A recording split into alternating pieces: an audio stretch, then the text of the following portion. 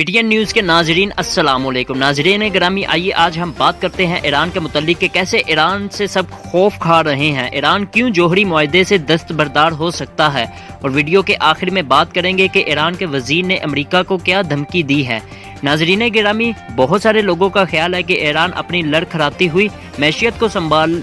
دینے کے لیے پابندیوں سے نجات کے لیے بے چین ہے، لیکن شاید یہ بات درست نہ ہو۔ واشنگٹن میں سیاسی دباؤ کا سامنا کرتے ہوئے صدر جو بائیڈن کی انتظامیہ نے اس ایرانی جوہری معاہدے میں امریکہ کی دوبارہ شمولیت کا عندیہ دیا ہے،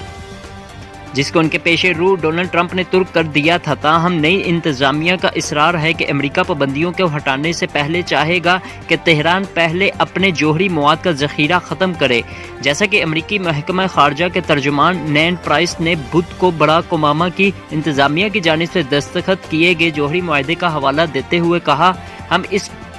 بات کے بارے میں واضح ہو چکے ہیں کہ معاہدے کی تعمیل سے ہی پابندیوں کے خاتمے کی تعمیل ممکن ہے، یعنی اگر ایران 2015 کے joint comprehensive plan of action JCPOA پر دوبارہ مکمل عمل درآمد کرے گا تو امریکہ بھی ایسا ہی کرے گا۔ لیکن ماہرین نے خبردار کیا ہے کہ تہران کے حکام کو بھی اس معاہدے میں واپس آنے میں کوئی جلدی نہیں ہوگی، اگرچہ واشنگٹن میں بہت سارے لوگوں کا خیال ہے کہ ایران اپنی لڑکھڑاتی ہوئی معیشت کو سنبھال دینے کے لیے پابندیوں سے نجات کے لیے بے چین ہے، لیکن شاید یہ بات درست نہ ہو۔ ایران نے اسی ہفتے اسلامی انقلاب کی 42ویں سالگرہ میں نئی سابقہ صدر ڈونلڈ ٹرمپ کی جانب سے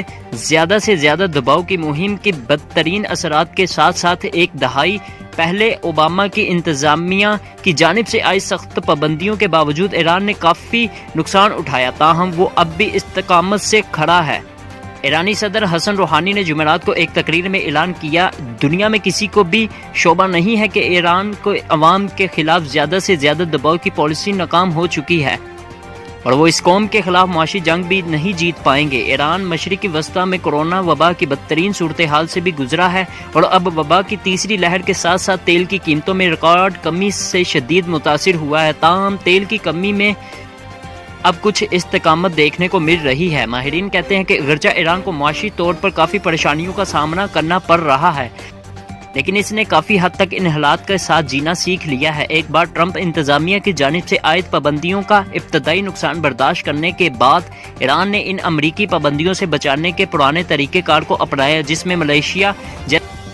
ثالث ملک کے ذریعے اپنا تیل فروخت کرنا اور وینزویلا اور شام جیسے پابندیوں کے شکار ممالک کے ساتھ تجارت کرنا شامل ہے۔ عالمی معیشت پر نظر رکھنے والے ایک جرمن تھنک ٹینک کیل انسٹی ٹیوٹ سے وابستہ ماہر معاشیات اور سیاسی ماہرین کیتھرین کیمن کا کہنا ہے ایران کسی طرح 2020 تک قائم رہنے میں کامیاب رہا ہے۔ انہوں نے مزید کہا ہے کہ ایران نے سٹیل اور پیٹرو کیمیکلز کی برآمدات میں اضافہ، ڈومیسٹک پیداوار اور کھپت میں توسیع کی اور اس کے ساتھ ساتھ علاقائی تجارت کو فروغ دینے جیسے معاشی اقدامات کے ذریعے خود کو مکمل تباہی سے بچا لیا ہے۔ ان کے بقول ایران نے پابندیوں، تیل کی قیمتوں میں کمی اور کورونا وبا جیسے 3 بحرانوں کا سامنا کیا ہے۔ بہت کم لوگوں کو توقع ہے کہ پابندیوں کے خاتمے کے ساتھ یا اس کے بغیر بھی ملک ترقی کر پائے گا، جیسا کہ کیتھرین کیمن نے خبردار کیا کہ اگر ایران اپنے منجمد اثاثوں تک رسائی حاصل کرنے میں ناکام رہا تو ادائیگی کا ایک ممکنہ بحران اس کا منتظر ہوگا۔ انہوں نے کہا، پابندیوں کی وجہ سے ریاستی آمدنی کے بغیر یا صرف انتہائی محدود آمدنی کے ساتھ ایران اقتصادی طور پر تنزلی کا جانب گامزن ہے، لیکن تحقیقوں سے پتہ چلتا ہے کہ کمزور معاشی نمو مشکلات میں گھیرے اور حکومت سے ناراض نچلے اور متوسط طبقے اور ایران کے قدامت پسند سیاستدانوں کے مفاد کو ہم آہنگ کر سکتی ہے، جو امریکہ کے ساتھ معاہدے کو ختم کرنے میں دلچسپی رکھتے ہیں۔ معاشی جمود اور غیر ملکیوں سے نفرت پر مشتمل دائیں بازو کی سیاست کا بڑھتا ہوا رجحان مغربی ممالک کے ساتھ ساتھ روس اور لاطینی امریکہ میں دیکھا جا رہا ہے۔ ایران کی معیشت پر نظر رکھنے والی ویب سائٹ بورس اینڈ بازار سے وابستہ اسفند یار بتمن گلدیج کہتے ہیں، اس حد تک کہ جب عام عوام کی معاشی صورتحال مزید سنگین ہو جائے، بہت سارے سیاسی رہنماؤں کو اس غیر یقینی صورتحال سے فائدہ اٹھانے کے لیے موقع میسر ہو جاتا ہے۔ نہ صرف یہ کہ پابندیوں سے معیشت تباہ ہوتی ہے، بلکہ ان کے نتیجے میں پیدا ہونے والی جمود کی صورتحال در حقیقت ایسی زور آور سیاست کو فروغ دیتی ہے جو مقامی اور بین الاقوامی سطح پر ابھر رہی ہے۔ اس طرح کی ابھرتی ہوئی سیاسی صف بندی سے اس بات کا امکان کم کرتی ہے کہ سخت غیر حکمران کسی نئے معاہدے میں شامل ہوں۔ ان کے لیے ریاست کی وفادار اور غریب قوم پر حکمرانی کرنا ان اعتدال پسند اور خوشحال لوگوں پر حکمرانی کرنے سے بہتر ہے جن کے عزائم بلند ہوں۔ واشنگٹن میں اندرونی ذرائع نے کہا ہے کہ بائیڈن انتظامیہ سمجھتی ہے کہ ایرانی حکومت خاتمے کے راستے پر گامزن نہیں ہے، لیکن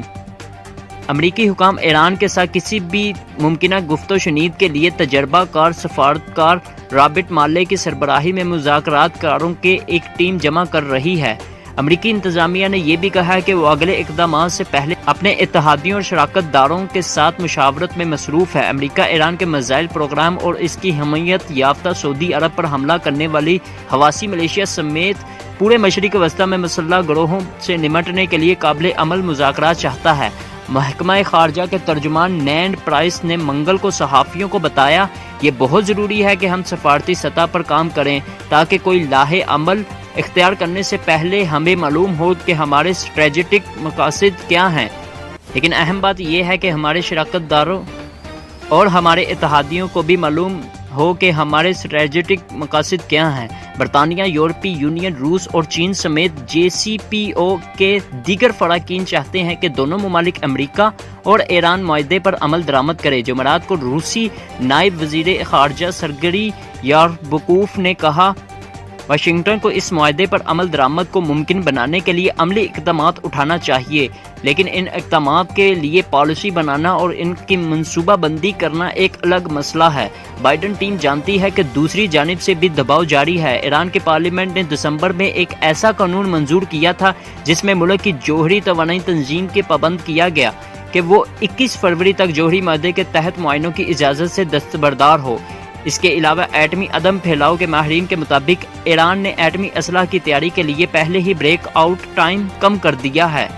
یعنی اسلحے کے لیے جوہری مواد کی تیاری جو مدت اسے درکار ہے وہ 1 سال سے کم ہو کر چند مہینوں تک ہوگی۔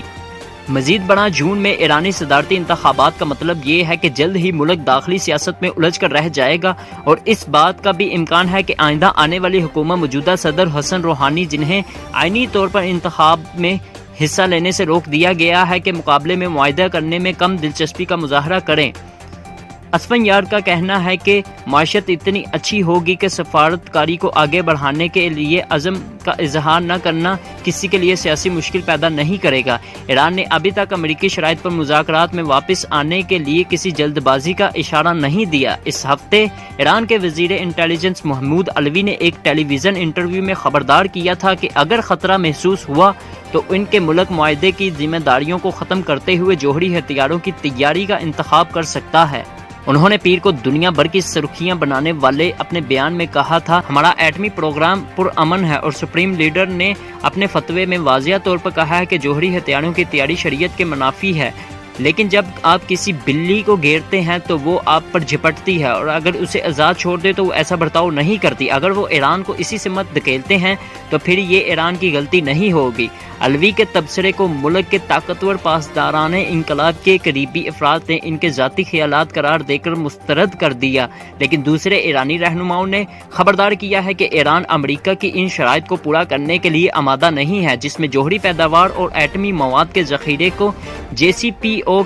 کی طرف سے مقرر کردہ سطح تک کم کرنا بھی مشکل ہے، لیکن ٹرمپ انتظامیہ کی جانب سے اقتصادی پابندیوں میں اضافے کے بعد گزشتہ سال ایران نے اس شرط کی خلاف ورزی کی تھی۔